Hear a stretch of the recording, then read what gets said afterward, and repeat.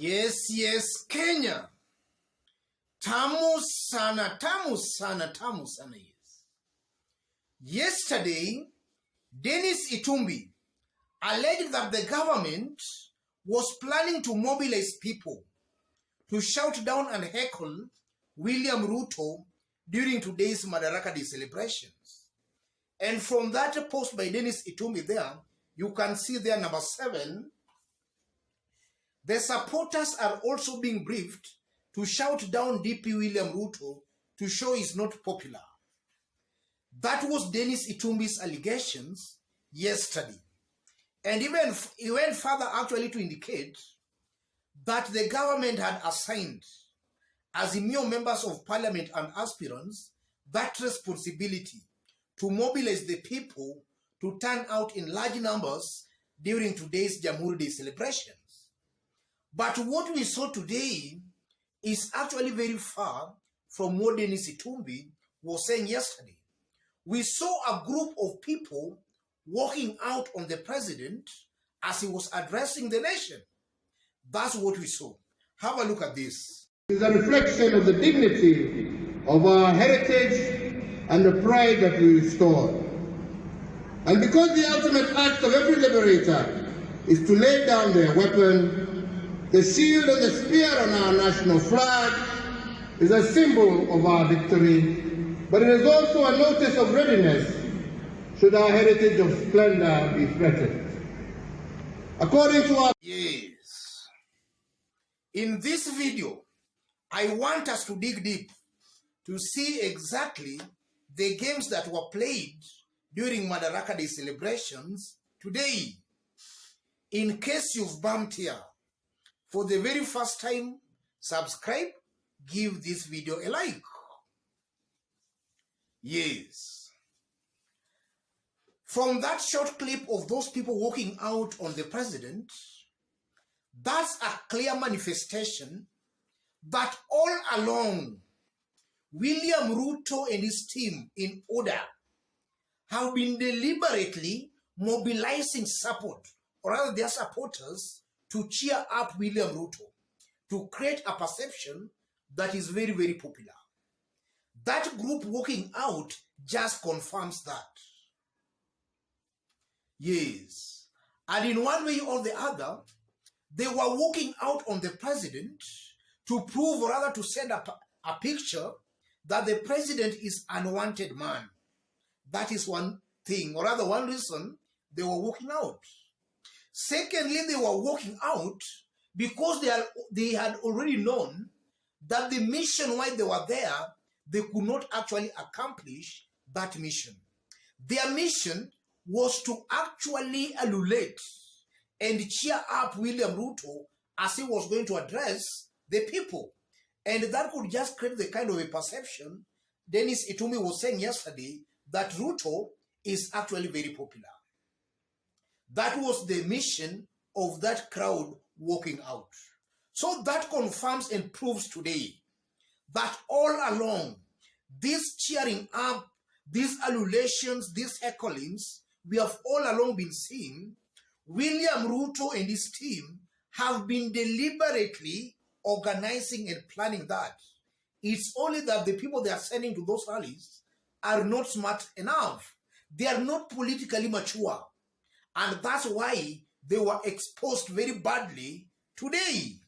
That is one thing I'm seeing from there. And then back to Dennis Itumbi's tweet yesterday, when he was alleging that the government was actually mobilizing people to heckle down, rather to shout down, William Ruto. That falls flat. That is a big lie. It's a big lie because if at all that was the government's plan, then in one way or the other, they could have actually allowed William Ruto to talk, after which would just be shouted down. But the government had maybe information that already William Ruto himself might have organized people. So in one way or the other, what William Ruto and his team did had actually planned yesterday. They were just trying to blame the other side for having planned that. Reverse kind of a psychology. And that only confirms, ladies and gentlemen, that William Ruto is not a fully baked politician. He is still half-baked. He is still relying on false popularity. And I tend to believe it's high time William Ruto comes to the real political reality. You cannot build your political clout by just creating false illusions. I tend to believe that William Ruto should actually be building his political brand slowly by slowly. But if you want to be at the top there, while you know you are not at the top there, it can actually work against you. In that people, if the truth now comes out, people will see you as losing popularity. And that can have a very negative impact even on your future political prospects. So I tend to believe, and this is my honest advice to William Ruto, he should stop creating too high kind of illusions. Even if it's to create some illusions, which I know is normal in politics, let him create some kind of illusions that are a little bit reasonable. So that even if the truth actually exposes itself, you won't be seen to be declining and declining very, very fast.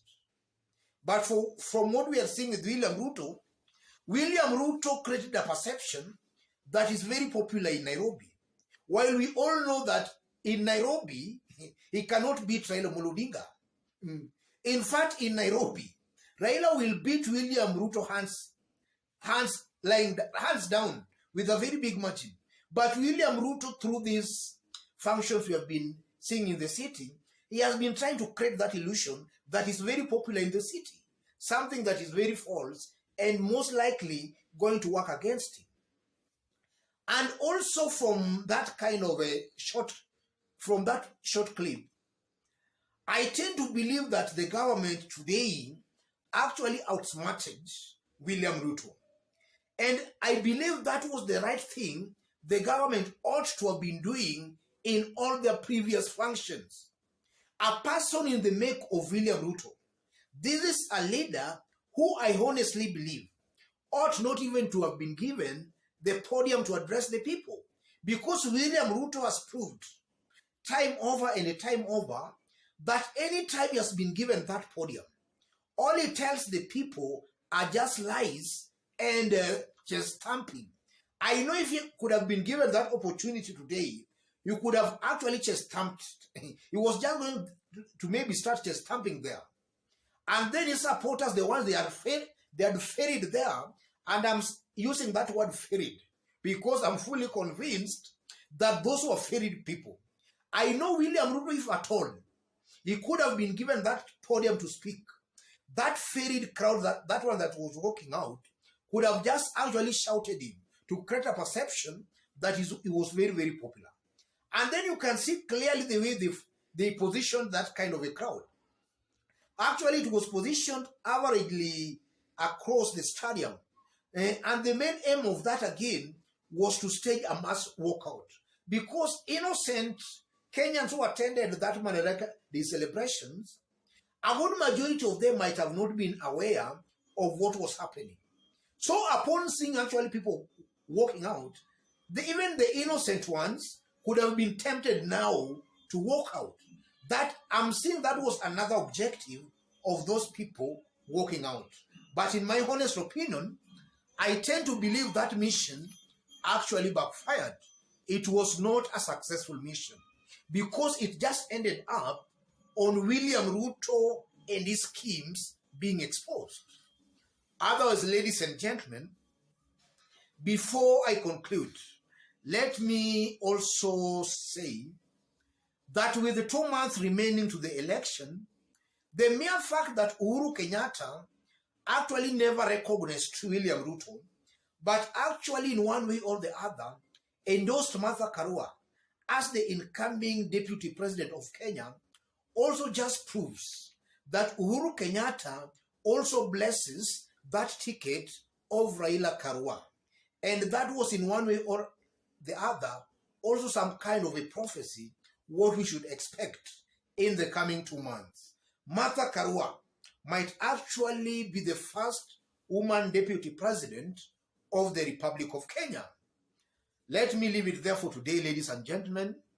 In case you've bumped here for the very first time, just as I did indicate when we were starting, kindly subscribe, give this video a like.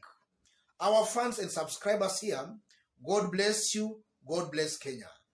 And to any other person watching us outside Kenya, drop a comment. Let us know from which part of the globe you are watching us from. And if possible again, subscribe, give this video a like.